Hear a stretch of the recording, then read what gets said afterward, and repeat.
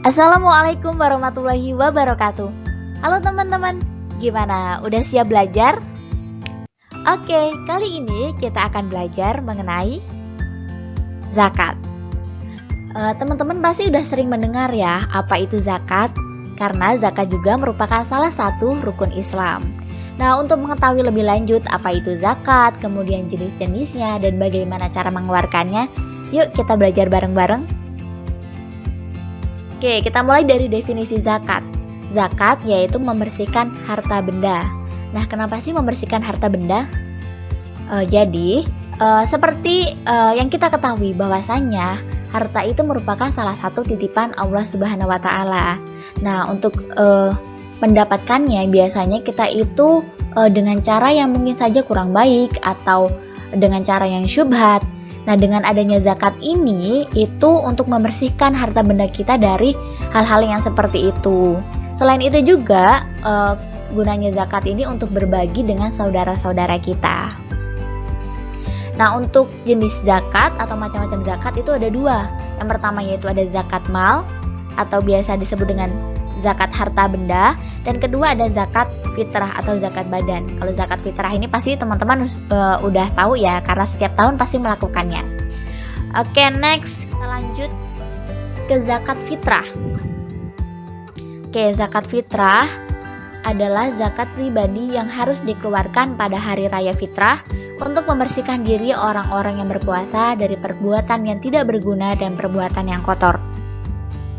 Nah, seperti pengertiannya, zakat fitrah itu gunanya untuk membersihkan diri orang-orang yang berpuasa. Jadi ketika berpuasa itu mungkin saja kita melakukan hal-hal yang kurang baik atau melakukan hal-hal yang mungkin saja kurang pantas mungkin dilakukan orang yang berpuasa atau perbuatan-perbuatan kotor lainnya. Dan gunanya zakat fitrah itu untuk membersihkan diri kita setelah melakukan puasa di bulan Ramadan. Kemudian zakat fitrah itu berupa makanan pokok di suatu negeri. Nah, seperti contoh di Indonesia, makanan pokok kita adalah nasi ya. Makanya kita biasanya zakat fitrahnya menggunakan beras. Kemudian zakat fitrah dikeluarkan sebelum sholat Idul Fitri, yaitu sebesar 2,5 kg. Ya, jadi zakat fitrah itu dikeluarkannya sebelum sholat Idul Fitri ya. Biasanya itu di puasa Ramadan yang terakhir tuh biasanya, hingga pagi menjelang sholat Idul Fitri. Nah, kemudian yang kita keluarkan itu sebesar 2,5 kg. Jadi ini per individu ya, 2,5 kg ini per individu, bukan per keluarga. Oke, kita lanjut. Yang selanjutnya itu ada niat zakat. Nah, niat zakat fitrah itu ada dua. Ada niat zakat fitrah untuk diri sendiri dan juga niat zakat fitrah untuk diri sendiri serta orang-orang yang menjadi tanggungannya. Oke, ini untuk niat zakat diri sendiri, untuk diri sendiri, yaitu nawaitu an ukhrija zakatal fitri an nafsi fardholillahi ta'ala. Kemudian niat zakat untuk diri sendiri serta orang-orang yang menjadi tanggungannya, yaitu nawaitu an ukhrija zakatal fitri anni wa an jami'i ma yalzamuni nafaqatuhum syar'an fardholillahi ta'ala. Jadi niat zakat yang untuk diri sendiri dan tanggungannya itu contohnya semisal kepala keluarga itu ingin zakat untuk dirinya sendiri dan juga keluarganya begitu. Jadi menggunakan niat zakat yang kedua ini. Oke, next. Yang selanjutnya yaitu zakat mal. Nah, zakat mal nih ada banyak nih jenis-jenisnya. Zakat mal yaitu orang yang mempunyai harta benda yang sudah mencapai nisabnya, wajib dikeluarkan zakatnya dan dibagi kepada orang yang berhak menerimanya. Nah, jadi zakat mal ini merupakan harta benda yang sudah mencapai nisabnya. Jadi ada beberapa harta benda yang apabila sudah mencapai nisabnya maka kita wajib untuk mengeluarkan zakat. Nah, untuk mengetahui lebih lanjut apa itu nisabnya, kemudian jenis-jenisnya apa aja sih yang harus kita keluarkan zakatnya, itu harta benda apa saja, kita bahas bareng-bareng ya. Oke, yang pertama ada harta benda yang wajib dizakati nih. Harta benda yang wajib dizakati itu ada 5 jenis ya. Yang pertama yaitu harta yang berharga seperti uang, emas, dan juga perak. Kemudian harta peliharaan seperti lembu, kambing, kerbau, dan juga unta. Tanaman atau buah-buahan seperti gandum, padi, jagung, dan juga kurma. harta perniagaan yaitu harta dagangan, dan juga harta rikas atau galian. Jadi harta rikas ini semisal kita harta karun apabila kita menemukan harta terpendam gitu, itu juga wajib untuk berzakat. Oke, kita bahas satu persatu ya. Yang pertama yaitu ada zakat emas dan perak. Untuk nisabnya emas itu beratnya mencapai 20 miskol yaitu 80 gram dan cukup 1 tahun lamanya disimpan. Jadi untuk nisab emas ini dia beratnya itu sebesar 80 gram dan juga cukup 1 tahun lamanya disimpan. Jadi apabila kita mempunyai emas sebesar 80 gram ataupun lebih dan sudah 1 tahun kita simpan, itu wajib dizakati. Jadi kalau semisal nih, kalau saya punya 80 gram emas nih, kemudian yang 30 gram saya gunakan, yang 50 gram saya simpan, maka tidak wajib untuk berzakat karena salah satu syaratnya yaitu 80 gram itu disimpan. Jadi apabila kita gunakan, misalkan dipakai itu nggak wajib untuk berzakat. Nah, terus zakat yang perlu dikeluarkan itu sebesar 1/4% atau 2,5%-nya. Jadi setelah kita kalkulasikan itu emasnya, kemudian kita hitung 1/4%-nya itu berapa atau 2,5%-nya. Kemudian ada nisab perak. Nisab perak ini 200 dirham yaitu 672 gram dalam 1 tahun. Kemudian zakat yang perlu dikeluarkan ini hampir sama ya dengan zakat emas, yaitu sebesar 1/4% atau 2,5%-nya. Jadi sama seperti emas, setelah kita kalkulasikan, kita hitung 672 gram itu, kemudian kita hitung lagi 1/4% dari kalkulasi perhitungan itu berapa. Oke, yang selanjutnya ada zakat binatang peliharaan. Oke, jadi untuk binatang peliharaan itu ada beberapa jenis binatang ya, tidak semua binatang. Oke, ada sapi atau kerbau. Untuk nisabnya itu 30 ke atas dan 1 tahun dimiliki.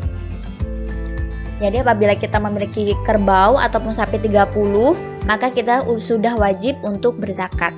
Nah, kemudian zakatnya itu apabila 30 sampai 39 sapi atau kerbau, zakatnya 1 ekor anak sapi atau kerbau berumur 1 atau 2 tahun. Begitupun seterusnya, setiap bertambah 10 ekor bertambah pula zakatnya. Itu jadi misalnya tadi 30 sampai 39 sapi atau kambing itu zakatnya 1 ekor. Berarti apabila bertambah 10 ekor lagi berarti sebesar 40 sampai 49 itu dia zakatnya bertambah 1 ekor lagi. Begitupun seterusnya. Kemudian selanjutnya ada kambing. Untuk kambing ini nisabnya mulai dari 40 ekor dan telah cukup 1 tahun dimiliki. Nah, yang untuk kambing ini kalau sapi atau kerbau tadi 30, yang kambing ini mulai dari 40 ekor dan sudah 1 tahun dimiliki. Zakatnya itu 40 sampai 100 ekor, zakatnya 1 ekor kambing berumur 2 tahun. Begitupun seterusnya, setiap bertambah 100 ekor bertambah pula zakatnya 1 ekor. Jadi untuk zakat kambing ini apabila telah mencapai 40 ekor, dia wajib untuk berzakat. Nah, zakatnya itu 40 sampai 100 ekor itu zakatnya 1 ekor. Jadi perhitungannya apabila bertambah 100 ekor lagi berarti misalnya 101 hingga 200 itu berarti bertambah 1 ekor lagi begitu. Kemudian yang selanjutnya yaitu ada unta. Untuk unta ini nisabnya mulai dari 5 ekor dan telah cukup 1 tahun dimiliki. Jadi ini berbeda ya dari zakat sapi atau kambing karena zakatnya itu 5 sampai 9 ekor, zakatnya 1 ekor kambing. Jadi unta ini apabila dia jumlahnya 5 sampai 9 ekor itu zakatnya bukan kambing, bukan unta akan tetapi zakat kambing. Begitu. Oke, yang selanjutnya yaitu zakat tanaman. Zakat tanaman ini tanaman yang wajib dizakati adalah padi, jagung, kurma. Jadi ini dari kesepakatan para ulama itu yang wajib dizakati itu ini ya, padi, kemudian gandum, kurma, kismis itu tanaman-tanaman yang wajib dizakati menurut kesepakatan para ulama. Nah, kemudian nisab tanaman-tanaman tersebut yaitu 5 wasak. Jadi apabila sudah mencapai 5 wasak atau 700 kg itu apabila tidak berkulit, dan 10 wasak atau berarti 10 wasak itu 700 dikali 2 berarti 1400 kg atau sama dengan 1 ton 4 kintal ya apabila berkulit. Jadi berbeda nih zakatnya. apabila tanaman tersebut berkulit ataupun tidak. Jadi kalau berkulit itu dia 1400 kg, kalau tidak berkulit itu apabila sudah mencapai 700 kg maka kita wajib untuk berzakat. Nah, untuk zakatnya itu 10% apabila sawahnya diairi dengan air sungai dan hujan, dan 5% apabila diairi dengan membeli air. Jadi ini ada perbedaan juga ya. Jadi kalau misalkan nih kita sawahnya itu diairi dengan air sungai dan hujan, ya maksudnya dia tidak perlu tambahan uang perairan, itu maka zakatnya 10%. 10% dari tanaman yang kita miliki itu. Nah, apabila kita butuh biaya tambahan untuk pengairannya, misalkan kita membeli airnya atau bagaimana, itu maka 5%-nya. Kemudian yang selanjutnya yaitu ada zakat perniagaan. Untuk zakat perniagaan itu zakatnya sebagaimana zakat emas. Nah, gimana sih maksudnya ini? Jadi untuk zakat perniagaan ini ada rumusnya, sebenarnya ada rumusnya. Jadi kita kalkulasikan dulu nih hasil perniagaan kita. Jadi aset lancar dikurang utang jangka pendek. Nah, kita hitung tuh aset lancar itu keuntungan plus modal ya. Jadi keuntungan plus modal dikurangi utang jangka pendek. Itu kita kalkulasikan berapa. Nah, apabila hasilnya itu mencapai 1 nisabnya emas atau 80 gram itu tadi, maka kita wajib untuk berzakat. Nah, untuk zakat yang berapa itu sama juga dengan zakat pas dan perak, yaitu 2,5% atau 1/4%. Gitu. Oke, next. Nah, yang terakhir dari zakat mal nih ada zakat rikas. Nisabnya tidak terbatas dan zakatnya 2,5%. Nah, maksudnya apa sih nisabnya tidak terbatas? Jadi gini, semisal kita menemukan harta galian nih. Nah, kita misalkan menemukan sebongkah emas nih misalkan. Nah, tapi misalkan cuma 10 gram. Jadi kan itu sebenarnya tidak mencapai 1 nisabnya emas ya, karena nisabnya emas itu 80 gram. Nah, meskipun begitu, kita tetap wajib berzakat karena nisabnya tidak terbatas. Jadi mau berapapun yang kita temukan maka wajib untuk berzakat. Nah, zakatnya itu 2,5% dari harta yang kita temukan itu tadi. Itu. Jadi kalau semisal tadi kita menemukan sebongkah emas seberat 10 gram, itu kita hitung 2,5%-nya dari emas tersebut berapa, itulah yang wajib kita zakati. Gitu. Oke, next ada mustahik zakat. Nah, mustahik zakat ini apa ya? Mustahik zakat ini adalah orang-orang yang berhak menerima zakat. Jadi tadi kan kita sudah belajar ya mengenai pengertian zakat, kemudian jenis-jenis zakat, terus zakat yang perlu kita keluarkan itu apa aja, terus bagaimana cara mengeluarkannya. Nah, selanjutnya zakat itu kita kasih ke siapa sih kira-kira? Nah, ini nih kita bahas di mustahik zakat.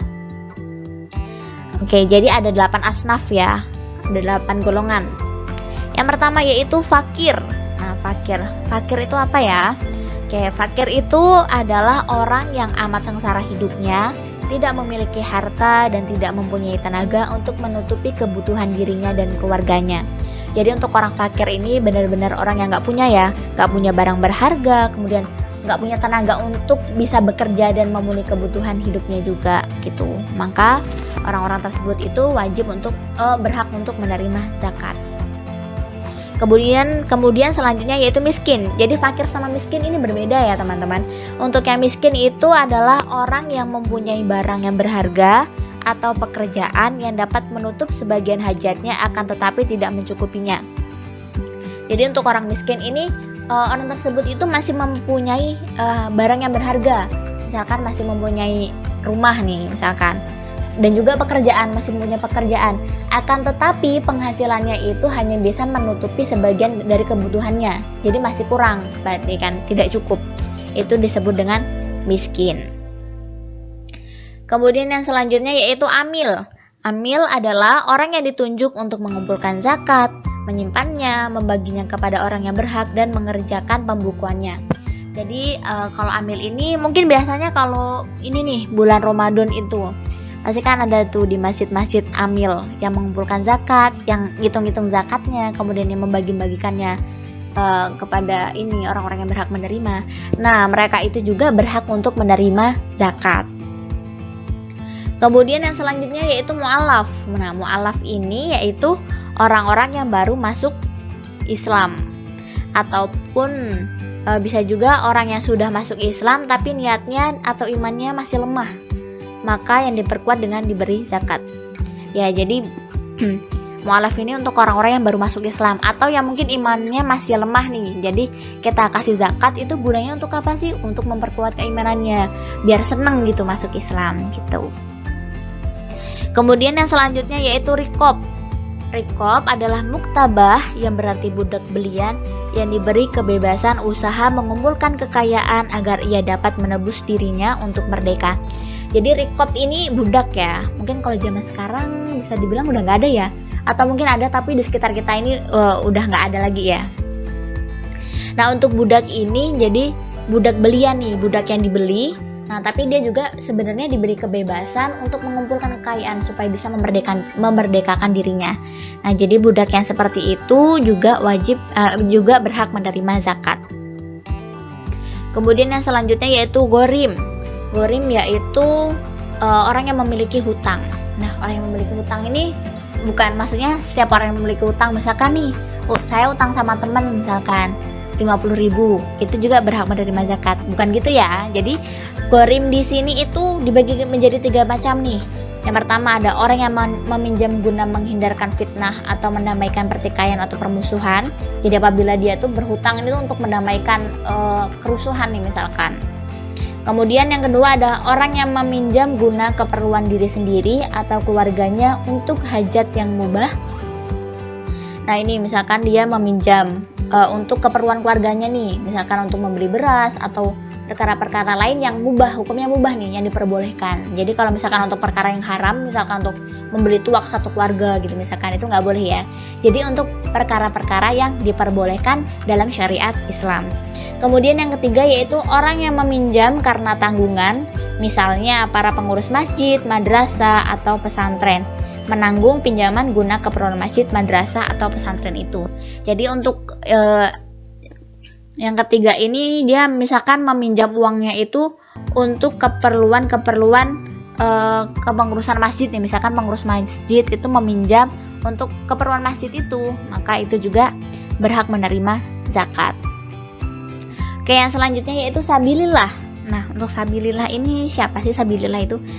Jadi sabilillah itu orang yang berada di jalan yang dapat menyampaikan sesuatu karena ridho Allah, baik berupa ilmu maupun amal. Jadi sabilillah ini mungkin guru gitu yang menyampaikan ilmu ataupun amal. Kemudian para santri itu yang belajar mengenai syariat Islam, itu juga bisa disebut dengan sabilillah.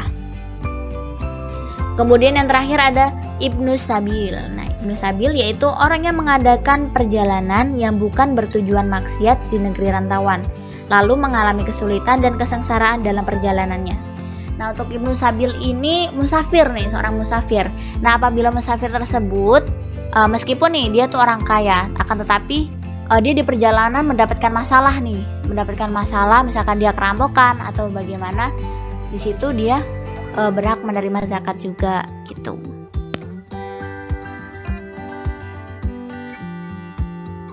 Oke, itu tadi penjelasan mengenai zakat. Semoga bisa bermanfaat untuk teman-teman dan sampai jumpa di next video. Wassalamualaikum warahmatullahi wabarakatuh.